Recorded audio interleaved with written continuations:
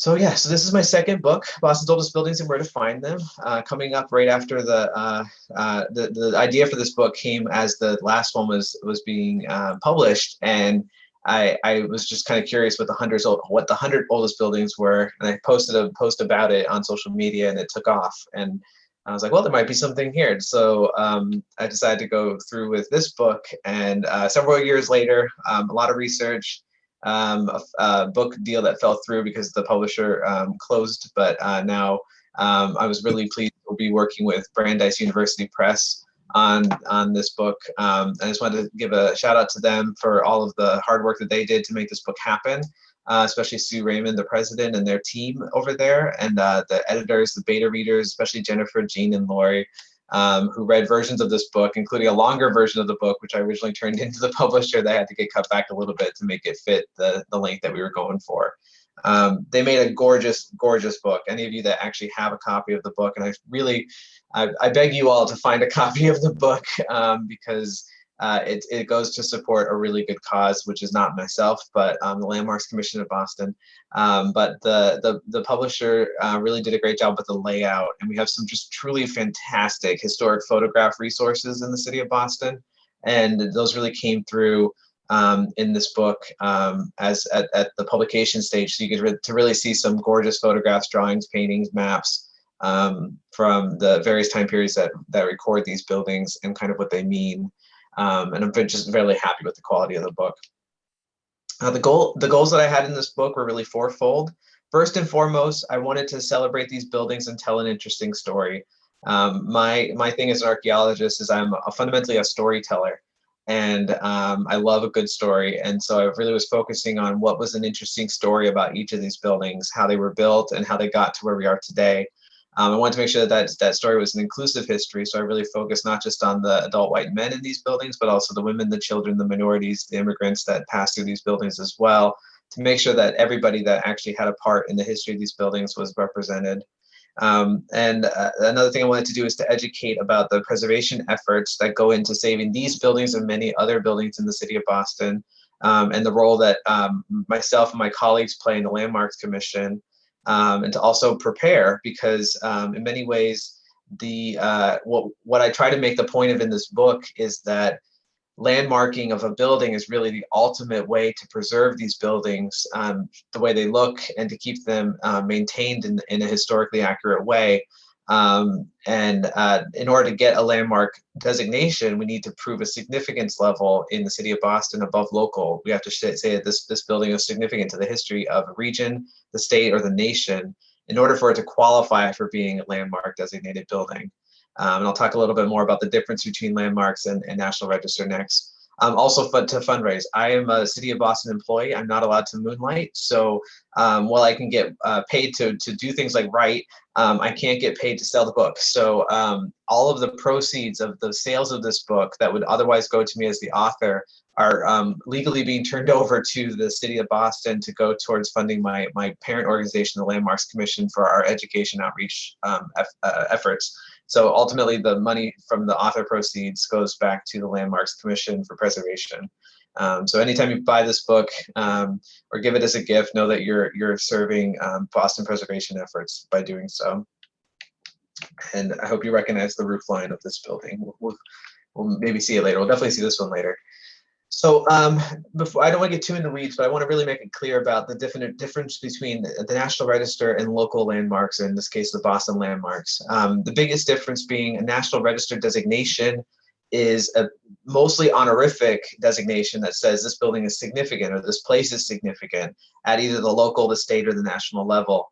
It doesn't necessarily mean that this place is protected. A National Register building can be torn down. A National Register building can be heavily modified. National Register building can be easily moved. But that doesn't come with an inherent protection of these buildings unless the things that are threatening these buildings are federally funded. The biggest difference between that and a local landmark is that if we get a local landmark designation on a building, all of the changes to that building become reviewed by the city's Landmarks Commission to determine whether they are appropriate or a good change for that building. And it ultimately helps save buildings that are historic from being demolished as well.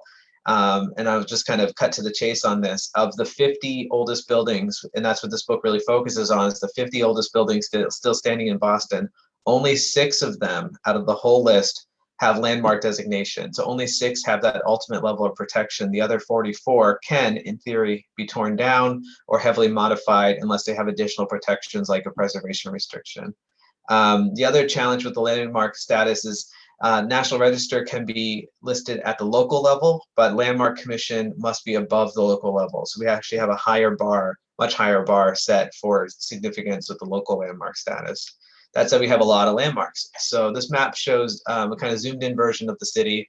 We're missing some of the other neighborhoods, unfortunately. The red properties are individually listed landmarks. Places like the various parks are very visible in this, but Faneuil Hall is an individually listed landmark, for example. And there's some red dots if you look really carefully on some old buildings throughout the city. But you can see the real concentration downtown, especially with the blue areas, which are districts. So these are areas like Back Bay, the South End, Beacon Hill, that are large areas of buildings that have been designated as landmarks. And in total, we have 8,000 properties that have been formally designated as Boston landmarks, the vast, vast, vast majority of them in districts.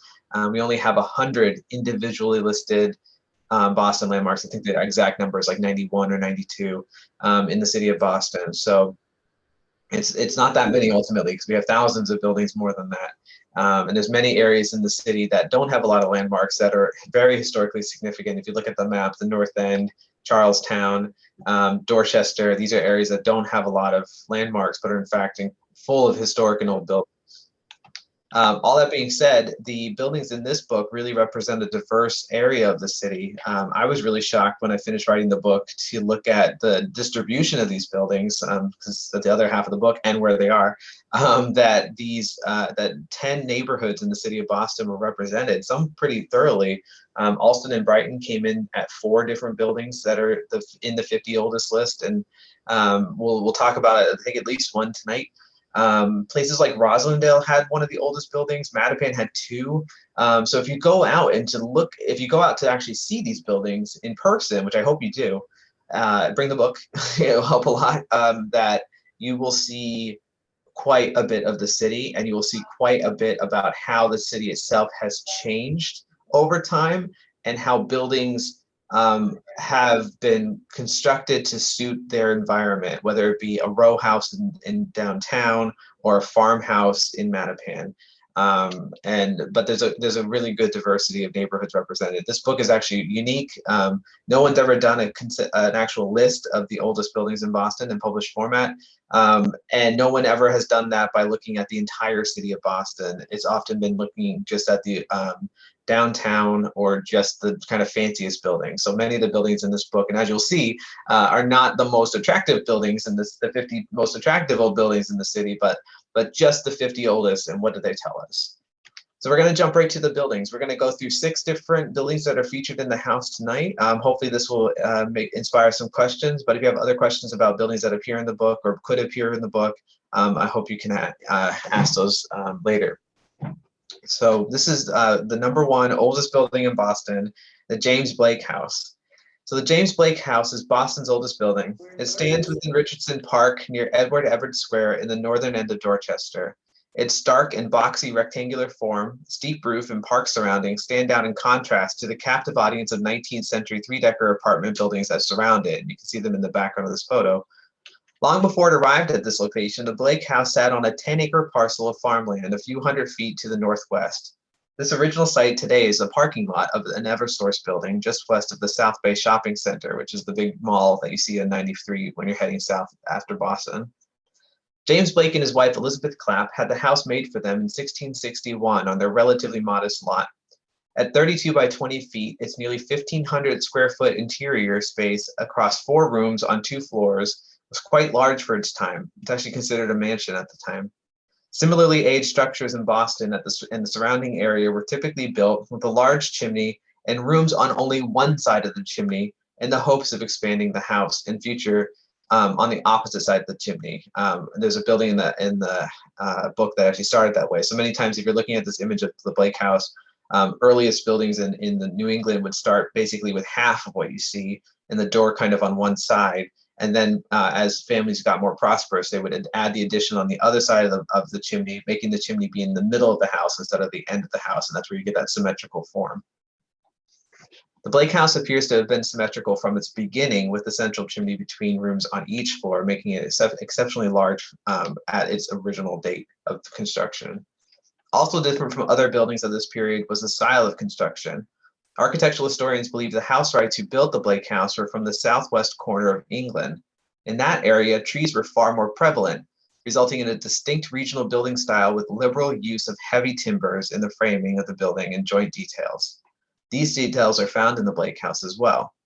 Most of the English Housewrights and other immigrants to New England were from East Anglia, the region northeast of London, and so other 17th century houses in Massachusetts reflect East Anglian style of architecture with smaller timbers used in the framing. In fact, the Blake House is the older of two surviving West of England style 17th century houses that remain in Massachusetts, the other being the circa 1678 Coffin House still standing in Newbury. So the Coffin House is seen on the lower left, and the upper images and the side image are images of the framing of the Blake House from the inside of the house, showing the large timbers. Basically, there's just a lot of extra wood in the Blake House that you wouldn't have seen from architects that came from areas where wood was a lot more scarce in England. When it was first built, James and Elizabeth would have experienced a slightly different house from what you see today. Hidden in the beams of the roof is two ghosts of two former dormers, which would have protruded out from the roof of the house to increase livable space in the attic. Basically, we can see the outline of these dormers built into the frame itself that were filled in. One of the things I'm really proud about in this book that is absolutely unique is I've done quite a bit of digital reconstructions of the way houses used to look. So the image on the right is actually an image I've created in Photoshop using the image on the left as a kind of format, blank form, deliberately trying to reconstruct what these houses would have looked like today if they had survived in their original format or in various types of formats. And you can see this in a couple of other, actually many other digital reconstructions throughout the book, and I'll show another one later tonight. Over the centuries, this house, the Blake House, stood in its original location. It received numerous additions, which you can see in this image, before it was moved. By 1748, the occupants added a lean-to addition on the left side of the house, and the front gables had already been removed. By 1800, owners added a new addition to the right and rear of the house. At some point in the 18th century, the Blakes replaced the three-panel diamond-pane casement windows that swing on side hinges with double-hung windows where the lower sash lifts up on the weights. These replacement windows can be seen here in the historic photograph. The Blake House remained in the Blake family for many generations before the family sold the property outside of the family in 1825. Despite constant use, the house retained much of its original 17th century interior elements, including its original interior doors and hinges, which you can see on the left. The property remained on an ever-decreasing lot until 1895, when the city of Boston purchased the property to build greenhouses needed for Frederick Law Olmsted's Emerald Necklace, a monumental park and landscaping project. This area of Dorchester was the southern and easternmost end of Olmsted's series of parks that were intended to encircle Boston in green space known as the Emerald Necklace. This also created a problem. One of Boston's oldest houses was still sitting on the property. In the image on the right, which is a map of the surrounding area, you can see under the yellow star at the upper part of the map, the James Blake House on its very small lot as it had reduced over time. And then on the lower right side is a blue star that shows where the James Blake House was later moved to from its original location into a park that was owned by the city. The Dorchester Historical Society, which had been founded more than 50 years earlier, sought the preservation of the building, resulting in permission from the city of Boston to move the Blake House from its current location onto Richardson Park for their use by the society as a museum. The early historic organization was bolstered by the burgeoning arts and crafts movement in American art, architecture, and philosophy. At the end of the 19th century, the movement, inspired by guild trade systems of the Middle Ages, created a new celebration for craftsmanship, handmade products, human labor, and various other aspects of production that were rapidly disappearing or being replaced by mechanical mass production during the Industrial Revolution.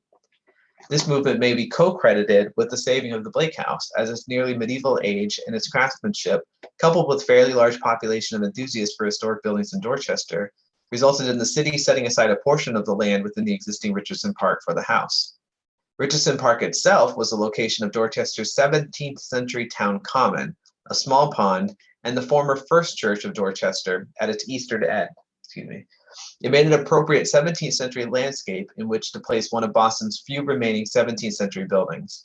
In order to prepare the house for moving, several modifications were made to the house and its future home. First, the small pond in Richardson Park was filled with rubbish from the nearby residences in order to create a smooth, flat place for the house to traverse its new home. I actually have a large collection of artifacts from that site because we later surveyed it and recovered thousands of artifacts from that filled-in pond. Second, the later 18th and 19th century additions to the Blake House, which you saw in the early photograph, were removed as they were not part from the 17th century. By the winter of 1895, the house was ready to be moved. The local Dorchester Beacon newspaper stated on December 7, 1895, that the new foundations in Richardson Park were completed and workers were prepping the landscape of the park for the arrival of the house. Though the newspaper somehow does not specifically mention the moving of the house, it seems like if the house went down the street, it would have been mentioned in the newspaper. This was a relatively commonplace event, though, in the 18th and early 19th century. A January 18th, 1896 article states that there was a meeting held in the Blake House in its new location in Richardson Park, providing a 6-week window for the date of the move, sometime in the winter. The timing of this move was pre-planned. The winter conditions would have frozen the ground, making it more durable for the move of the construction of the considerable weight of the building. Once the house was lifted off of its foundation, a sled-like structure would have been built under the building, and the house lowered onto the sled and pulled by oxen or horses down the street on log rollers. Standing in front of the house today, at the intersection of Pond and Cottage Streets, which you can see here in this Google Street View, you can imagine the house traveling down the street from Massachusetts Avenue, taking the slight bend at Pond Street and slowly maneuvering itself into its new home, aided by dozens of animals and Dorchester residents. And on the left, you can see the Richardson Park, where the Blake House currently stands. Once the Blake House arrived, it underwent a full restoration. As will be seen throughout the book, restorations were all products of their time. Therefore, the 1895 restoration of the Blake House was an arts and crafts interpretation of what a 17th century house would look like.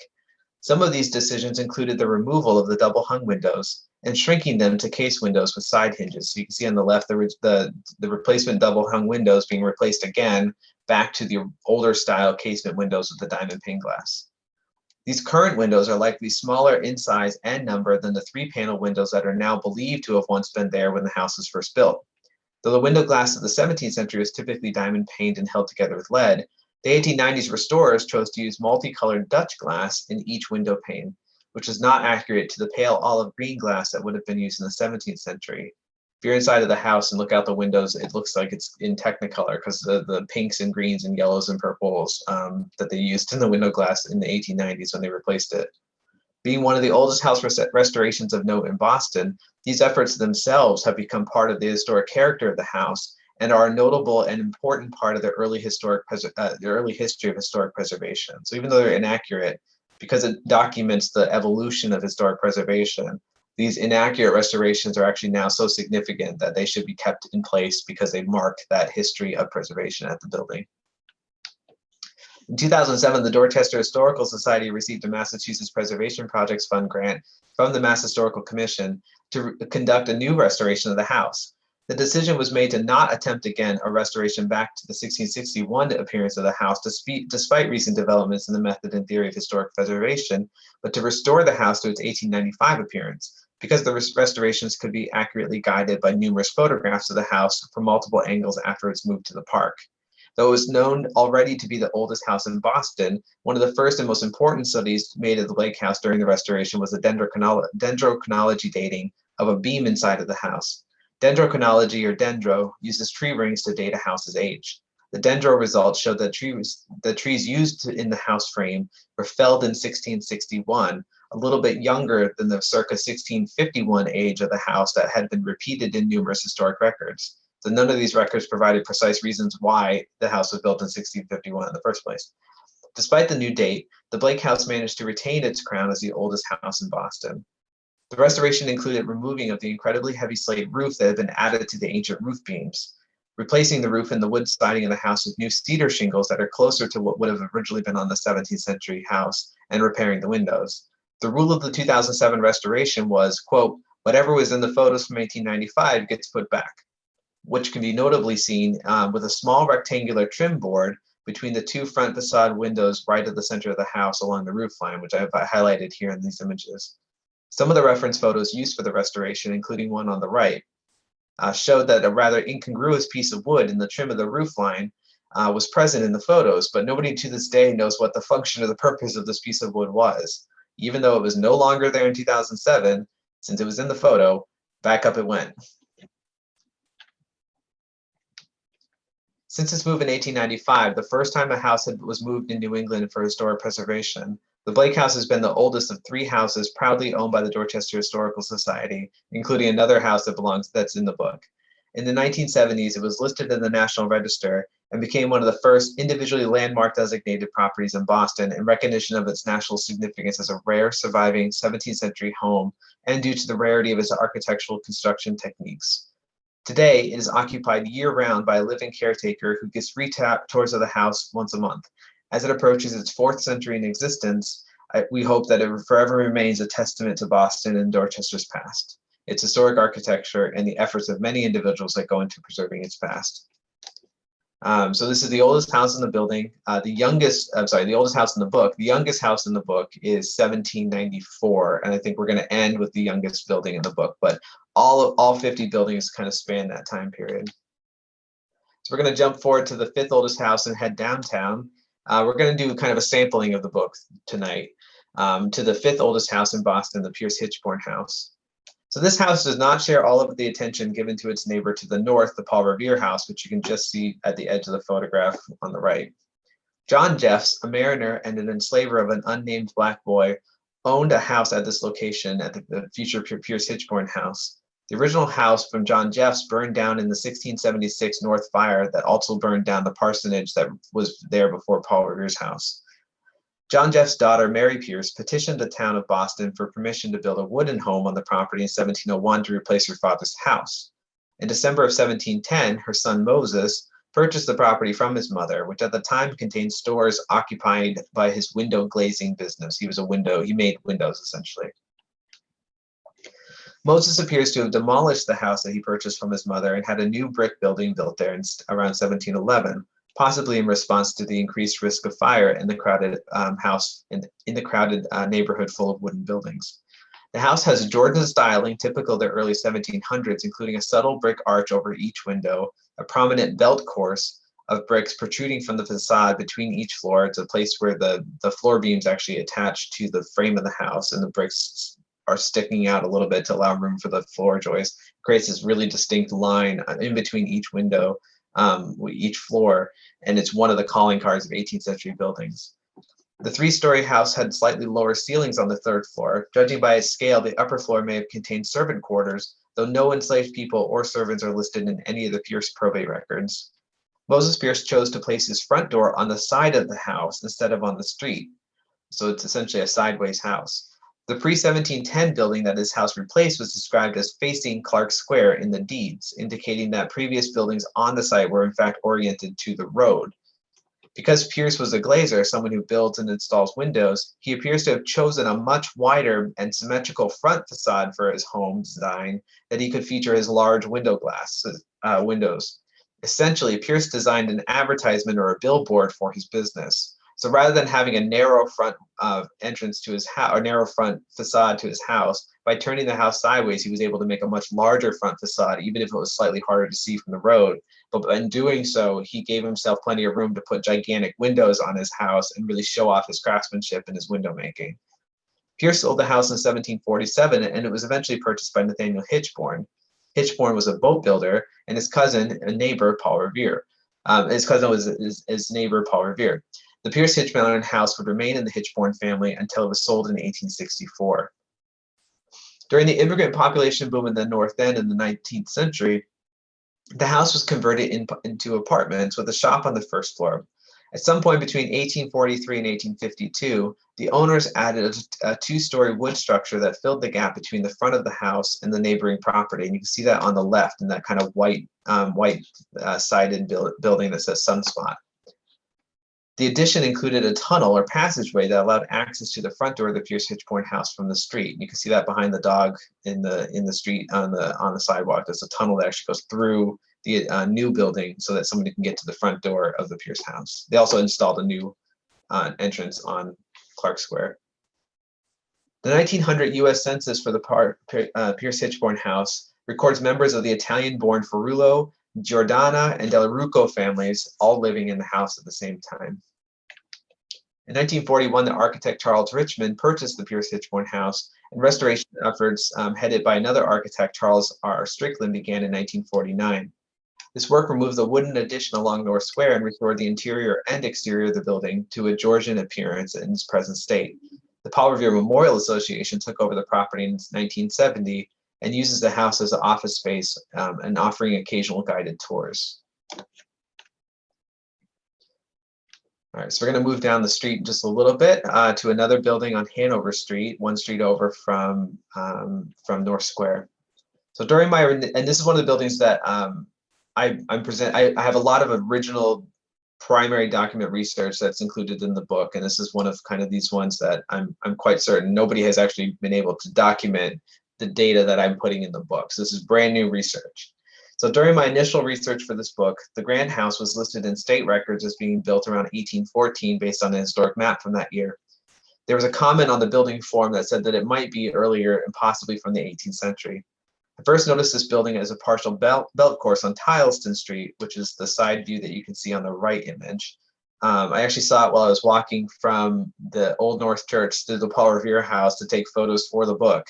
And as I was walking, I noticed that stretch of bricks above that first floor door and window. And I was like, holy crap, that is a belt course of bricks. And those are only found on 18th century houses. So all of a sudden I was like, oh no, this building was not on my radar. And now I got to do research on it to see if this is actually an 18th century building. When I looked up the records for the building, it said it was 1814, which is how I missed it originally when I did my first pass through the inventory forms for the city of Boston looking for 18th century buildings. It wasn't recorded as an 18th century building. And that's when I started doing a lot of research in the deeds. So this is the deed research I was able to uncover. In 1734, John Grant, a carpenter, purchased a parcel of land at auction with a, quote, old house on it from Deborah Love, the widow of Bennett Love, a bookbinder, who was working to pay off Bennett's debts after Bennett died. Grant married his wife Elizabeth the next year, suggesting that he purchased the land to build a new house on it for his future family.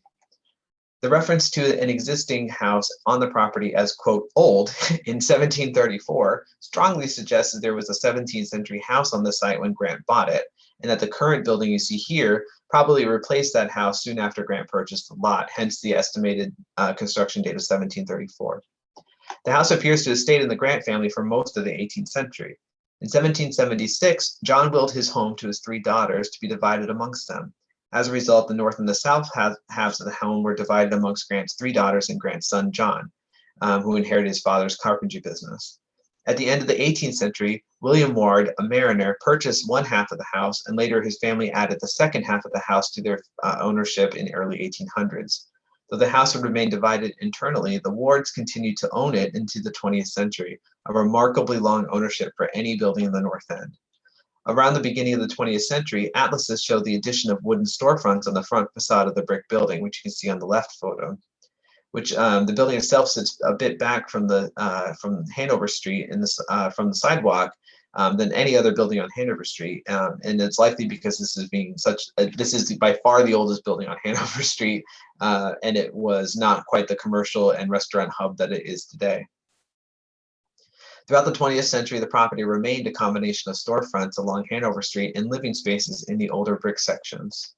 You can actually see that same little arch over each of the windows that we saw at the Pierce Hitchborn House, which was built a couple of decades prior. Perhaps the most intriguing history of the Grant House is this possible association with Paul Revere. No one knows exactly where Paul Revere was born in December 1734. Coincidentally, that year is the first possible date for this building's existence. Revere's father, Apollo Revoir, anglicized to Paul Revere, was a goldsmith who in 1730 moved to the North End, quote, over and against C. Hutchinson's. Hutchinson lived at the corner of Hanover and Fleet Streets in a large mansion, a massive mansion, across the street from the Grant House. Only the Grant House and a now demolished house stood on either side of Tileston, where it met Hanover across from Hutchinson's house. So there's only two houses that stand across the house in this ad. It is possible that Revere Sr. moved into the, quote, old house in 1730 that was later torn down by Grant in 1734, and then continued to live in the new building built by Grant, because we know that the Reveres lived in this house at least through the 1730s. But the Grants appear to have also lived in the home. So either the Grants took on the Revere family as boarders, or the Reveres lived in the house on the opposite side of Tillotson Street, which has since been demolished. Today, the Grant House remains relatively unrecognized as one of the oldest buildings in Boston and the oldest on the famous Hanover Street, where it has stood for nearly 300 years. All right, we're going to leap across the city to one of the less attractive buildings in the book, to be honest, to be blunt. But nevertheless, one of a remarkable story of the history of this building. So this is the 38th oldest building in the city of Boston. It's the Brighton First Church Parsonage, built in the around 1790 in Brighton, Mass, which is the westernmost neighborhood of Boston. For its parsonage, Brighton's first church purchased a vacant lot on Academy Hill Road that was to the south of the church and a short walk away. The exact style of the original structure that was built at this time is difficult to determine due to the recent additions, but it probably had a central chimney and an entrance flanked by window bays in a late Georgian or early Federal style. Probably would have looked fairly similar to the to the Grant House, if the Grant House was made of wood. Soon after it was built, the parsonage became the home of the Reverend John Foster and his wife, Hannah Webster Foster, who moved there from the Ebenezer Smith House, which is the 10th oldest building in Boston. It was here that in 1797, Hannah wrote The Coquette, or the History of Eliza Wharton, becoming the first American-born woman to publish a book. Very significant history, and very significant women's history as well, in publishing and writing history. Hannah Foster chose to publish anonymously as a, quote, lady of Massachusetts due to the controversial nature of her story. And she's a reverend's wife, too. The plot of this book is laid out in a series of letters that tell a fictionalized version of the story of Elizabeth Whitman, the daughter of a prominent pastor in Hartford, Connecticut. She became pregnant out of wedlock, gave birth to a stillborn child in a tavern, and then died. The scandalous story was the second most popular book after the Bible in New England in the early 19th century, and one of, quote, quote, one of the two best-selling American novels of the previous century. The story follows Eliza Wharton, who is caught in the original story that I just explained was the real life story. Hannah's version of it follows Eliza Wharton, who is caught in a desperate love triangle between two men, an uninteresting but safe clergyman and a confirmed bachelor who refuses to let anyone else have Eliza. Eliza loses both men due to her indecision, and by the time she changes her mind, both men have already married. Eliza has an affair with the formally confirmed bachelor that results in an illegitimate pregnancy. Overcome by guilt over the affair and the pregnancy, Eliza flees, eventually dying while giving birth to a stillborn child. Though one of the most significant features in American publishing history, Hannah Foster was not credited in the print as the author of the book until 1866, 26 years after her death. Foster wrote a second book, The Boarding School, or Lessons of the Preceptress to Her Pupils, also known as The Boarding House, in 1798, while living in the house on Academy Road, though it did not attract did not attract nearly as much attention as her first novel. I'm hoping this book doesn't have a similar situation to my first book, although I think it might actually be more popular than my first one.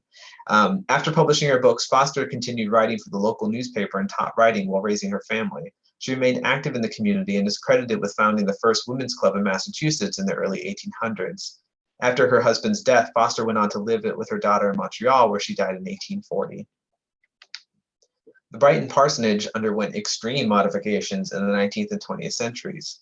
The house stopped being used as a parsonage around 1840. It was soon updated in the Greek Revival style, resulting in the creation of the prominent pediment on the gable end of the house, which you can see on the left. So the pediment is that kind of that line that goes under the attic window to make kind of that classic kid-style triangle roof on top of a square-bodied house.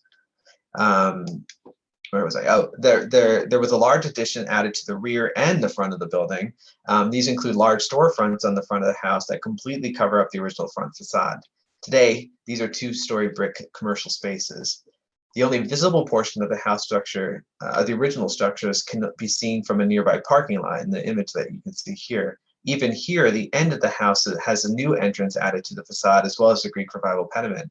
This property remains a nationally significant historic property that could be restored to much of its original 18th century appearance. The Brighton First Church Parsonage is on a National Register historic district, but is not a Boston landmark, although it has a national significance. And on the right, you can see the building before it got the addition on the upper map, and then below on the lower map, the added brick addition to the front that stretches it all the way to the street. So history has not been terribly kind to the architecture of this building, but it still remains one of the most significant buildings in the city of Boston. All right, we're going to close out with the 49th and 50th oldest buildings and a couple more kind of digital reconstructions. So Daniel Carter purchased a lot of vacant land from Aaron Putnam. Oh, just back up a little bit. So we're going to talk about the Daniel Carter House, which is the red house on the right, and the Salem Turnpike Hotel, which is the brown house on the left, which together kind of function sort of as the same house. You'll see what I mean in a second. This is in Charlestown, one of the first buildings rebuilt after the Great Fire that took out the entire neighborhood, not the Great Fire, after the Battle of Bunker Hill, which resulted in the burning of Charlestown in June 17, 1775. So Daniel Carter purchased a lot of vacant land from Aaron Putnam in late 1794. The lot was across the street from the town training field where the local militia trained before and after the Revolution. Carter was a carpenter, and it's highly likely that he immediately set about building the structure currently on the site. He built a large late Georgian house, the red one on the right, with 5 bays along Putnam Street, which is the street on the right, with a hipped roof of the period and a central doorway that was much altered later. On the common side of the street, the property probably had an identical 5-bay facade, making it a larger L-shaped property on a prominent corner in town. So the building, you can see on the right side where it has the central door and the 4 windows on the first floor, 5 on the second. We believe that the side that you see facing you in this photo would have had the same 5-bay width. And so actually the right part of the brown Salem Turnpike Hotel is originally part of the older house, the red house, but has since been actually somehow like divided off of the red house. So even though the Salem Turnpike Hotel is a little bit younger, portions of the Salem Turnpike Hotel today, the left half of the image the right half of the brown building are actually part of the original older building. So it gets really kind of muddled up.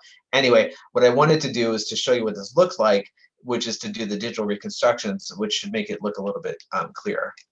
So in 1804, Thomas Robbins, an inn holder, purchased the Carter House, later expanding the property as the demand for his lodging increased along the dark brown addition to the left, adding the dark brown addition to the building on the left. So you can see in this new digital version of it, the doorway of the Robbins building on the left is essentially an add-on to the bigger Carter House, which is now the big red building that you see, although we don't know what color it was originally. The expansion appears to have occurred around 1805 when Josiah Gurney purchased the adjacent lot on the northeast side of the Carter House on Common Street. Gurney was a shipbuilder and probably responsible for building the addition on the property himself. Though it is this addition and the portions of the building that were incorporated from the Carter House that have been historically known as the Salem Turnpike Hotel, it's not entirely clear if Gurney operated the hotel independently from Robbins, who again is an inn holder, or if, as seems more likely, Gurney and Robbins were actually business partners and the entire building was used as a hotel for a short time. We actually don't think that the hotel lasted very long, although the historic name for the hotel remains today. Returning back to the Carter House, by the middle of the 19th century, when this map was drawn, the 2 properties had separate ownership and functions. Though an 1848 drawing of the view from the newly constructed Bunker Hill Monument, which you see here, illustrates the building in the Salem Turnpike Hotel as one continuous building, nearly an entire city block long. This suggests that the 2 were still experienced in person as a single structure in the late 1840s. After passing through multiple owners in 1852, James de Blois sold the house to James Sutton, referred to in documents variably as a cabinet, pump, or block maker in the nearby Charlestown Navy Yard, which you can see in the image in the upper left. The Navy Yard began in 1800 as a shipbuilding facility for the newly created U.S.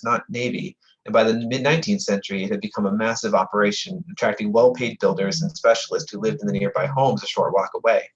The 1850 census from 2 years prior to his purchase included James Sutton, his wife Charlotte, and their 2 children, John and Mary. To supplement his income, James and Charlotte took in boarders, including 4 other families listed in the 1855 state census. By 1860, their financial position seems to have improved, And that year, the federal census records the couple as living in the home with a servant, Emily, and a 17-year-old named Ella Smith, all listed together as a single family unit. So they no longer needed boarders by that year. The property remained in the hands of the Suttons until the family sold it to William Long in 1879. Throughout the 20th century, the property remained remarkably intact and unchanged as Charlestown became home to a diverse community of New Englanders and immigrants. This image from, I think, around 1900 actually shows the building looking remarkably similar to what it does today. The Daniel Carter House is not listed on the National Register, and it's not a Boston landmark. And that really is quite shocking to me that it's one thing to not have these buildings be listed as a Boston landmark, because again, very few are, and is a really high bar to be set. But for these buildings to not be listed on the National Register of Historic Places is a real shock. Going back to the Salem Turnpike, the other part of the building, in 1810, Matthew Rice purchased the house, and his family remained its owners through the early 1900s. Rice was a significant member of the Charlestown community as the foreman of the joiners department in the Charlestown Navy Yard. There, he led significant projects, including the finishing and framing of multiple buildings in the Navy Yard, including the landmark designated 1834 Charlestown Navy Yard Rope Walk. Most significantly, he was responsible for repairs to the USS Constitution, which saw combat throughout the early 19th century and returned to the Charlestown Navy Yard for repairs. He was in charge of those repairs. In the 1820 census, Matthew Rice was listed with his wife Sally and 6 children, including 2 boys and 2 girls younger than 10 and 2 girls younger than 16.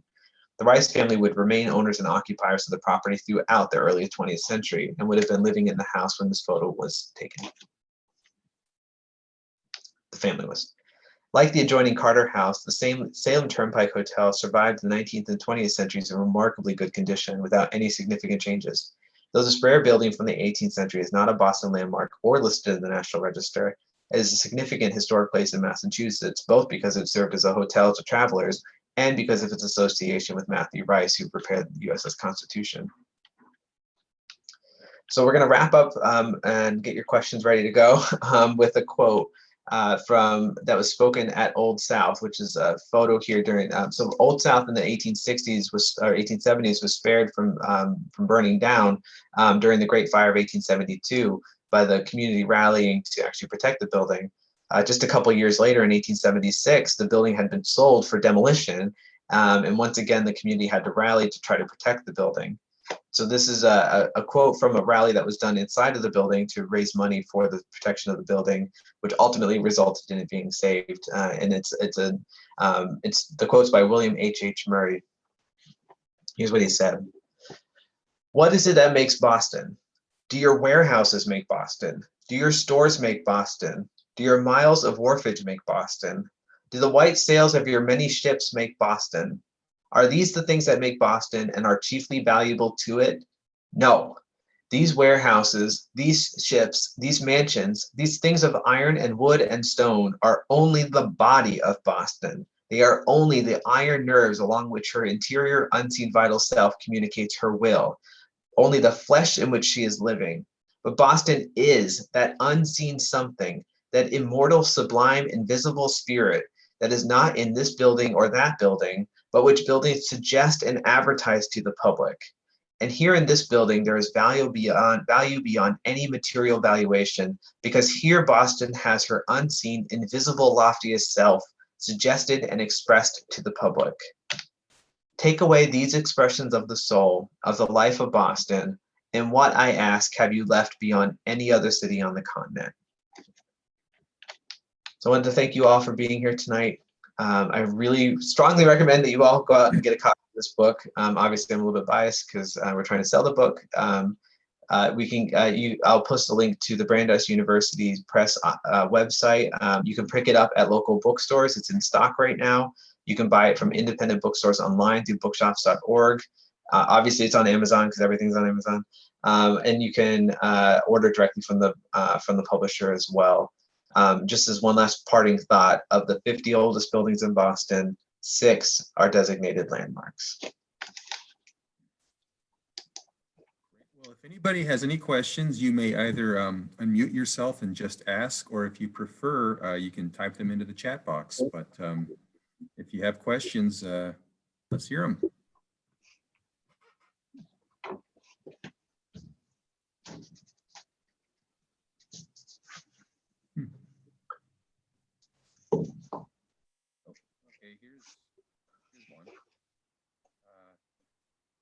year a house was built refer to the year work started or the year work was finished? I date the houses by the year the work started. And I do that because some of these buildings took about 20 or 30 years to be built. The Dillaway Thomas house, the guy was living in it for like decades before they actually finished it, or at least several years. So for me, it's really about what's the oldest part of the building. And so I count the starting date. Many times there is, I'd say only maybe 10 of the buildings do we actually have a date that we know that the building was built, because a lot of these are dated by saying in the deed books, I bought a vacant lot and then a couple of years later I sold that vacant lot with a house on it. Or I'm a house builder and I bought a vacant lot. I'm going to assume that a house builder who buys a vacant lot is not going to sit on it for a couple of years. So that's where these dates are mostly coming from. But it's based on the start date, not the end date. Another question is, what is your favorite building and why? So in this book, my favorite building by far is the Elijah Jones house, which is just down the street from me here in Mattapan. I live in the Mattapan neighborhood. The reason why, and it doesn't come out in the book very much because it's hard to kind of represent this in the book, it was the biggest pain in the butt to do the research on.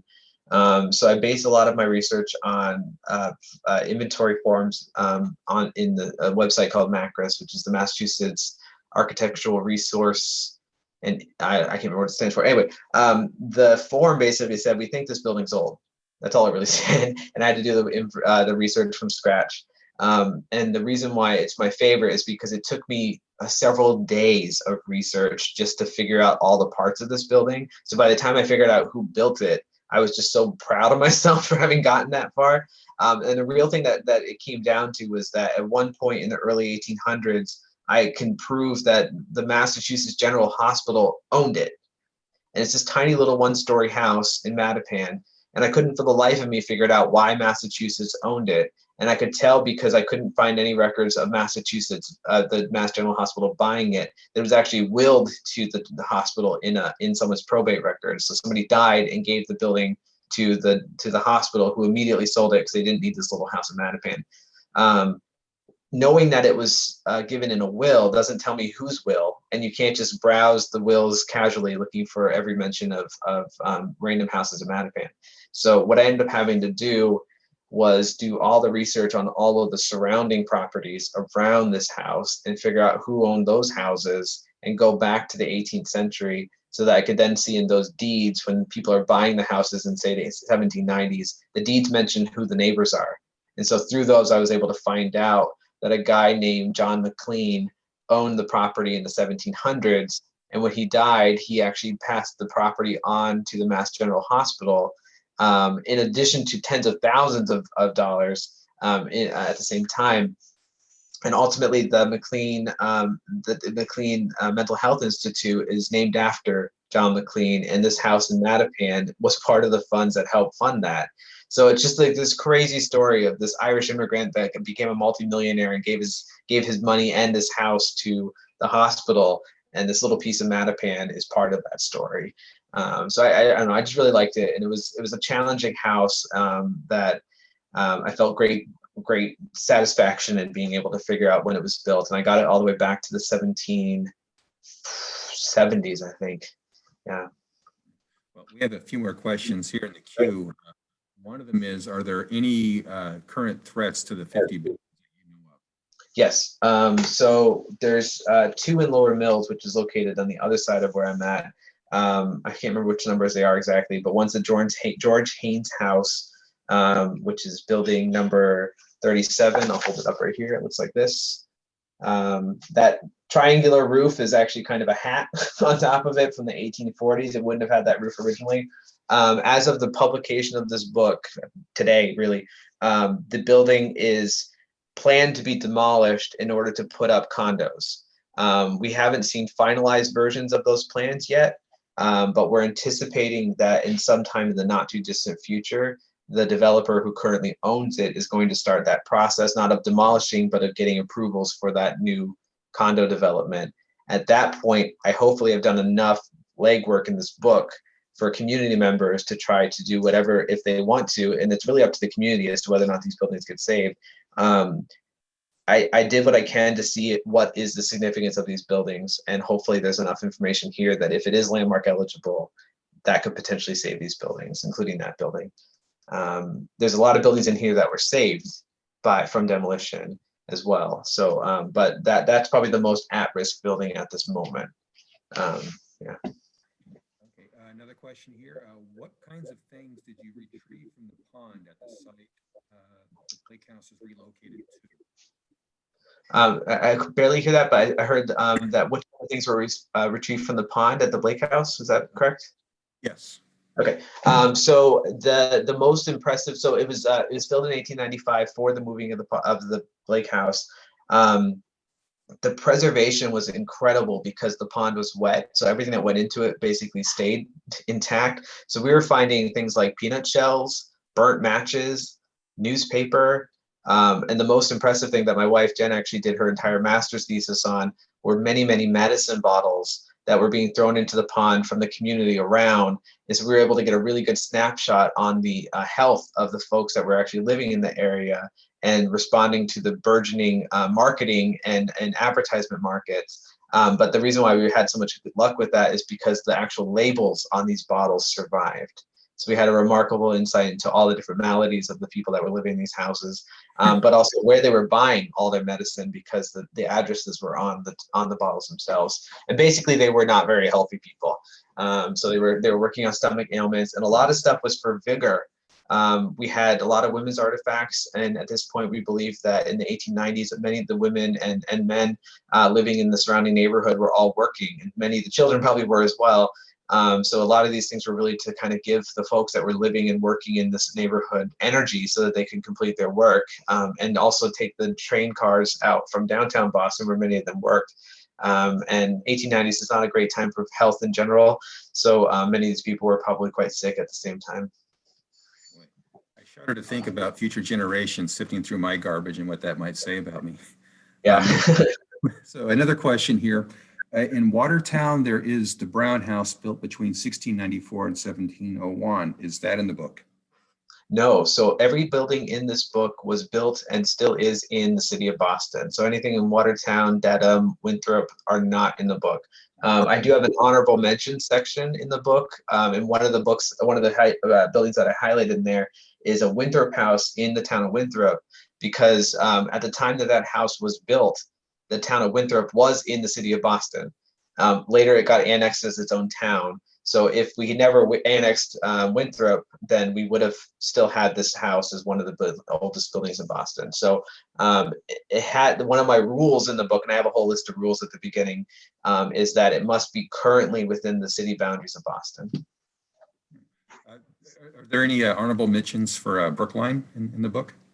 No, although Brookline chose not to join Boston, and that's their own damn fault. They had their opportunity. I lived there several years. They're a surly bunch. There's some incredible houses in there. The house in the park, what's that called?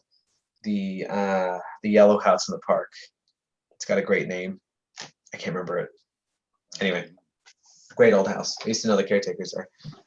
I have another question here having to do with the criteria for Boston buildings to be in the National Register of Historic Places. So the criteria for National Register is the same across the country, and you have to show significance at the local, the state, or the national level. And there's 4 criteria for National Register. We call them ABCD, but basically it has to be associated with a significant time, a significant event, a significant person. It has to be a significant architectural style, or it must provide, there's this criteria D, which is kind of everything else, which means it basically has to provide us some information that we don't have access to otherwise. As an archaeologist, many of our archaeological sites fall into that criteria D, because not every site do we have a named person that we can say, oh, it's associated with this historic person, but it could just be a really significant historical insight through the archaeological record. So, so that's the criteria for National Register. It's not terribly challenging to find justification for a National Register significance, because you can have it be even local significance. The Landmarks Commission, because it has to be above local, is a much harder thing to prove. Or at least it's not even a proof. You have to show evidence to support. Yeah. Well, we have time for one more question, and I will just read this one. Do you still give presentations on the artifacts in your first book? Absolutely, yeah. I've given God dozens of talks about that, and I could probably give that talk in my sleep at this point because I've done so many times. This book is a lot harder to present on because I'm actually terrible with dates and names. So like I'm reading with this presentation because there's no way I'm going to memorize the entire book's worth of data. But I talk about the artifacts in my other book and many artifacts whenever, however. So if there's interest in that in the future here at the library or elsewhere, I'm happy to do that. Great. Well, we have time for one more. If anybody has one more question to ask. You say something? Oh, I guess I'm imagining things. Any more questions? Thanks, Steve.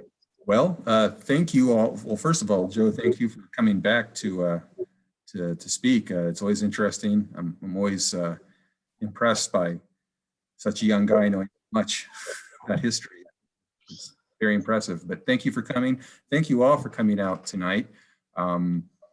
I would like to let everybody know, if you are interested, June 10th, we have another online program coming up entitled How to Read the News. Will be Professor Hank Sinnott from Bridgewater State University, whose claim to fame is he's the first radio station manager to ever fire Howard Stern.